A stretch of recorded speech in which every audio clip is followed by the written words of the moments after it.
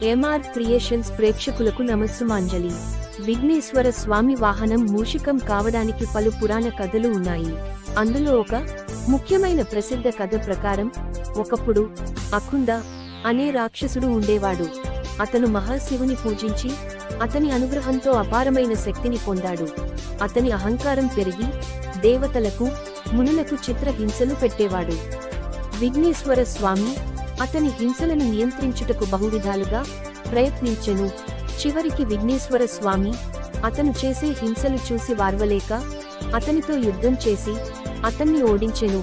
అకుందుడు విఘ్నేశ్వర స్వామిని శరణు వేడాడు.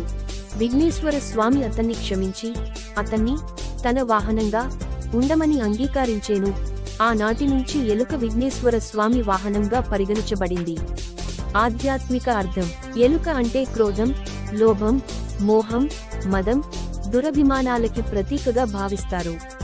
వినాయక స్వామి ఆ ఎలుకను తన వాహనంగా అంగీకరించుట ద్వారా ఆ దుష్ప్రవర్తనలను వశీకరించగల శక్తి తనదని సూచిస్తుంది.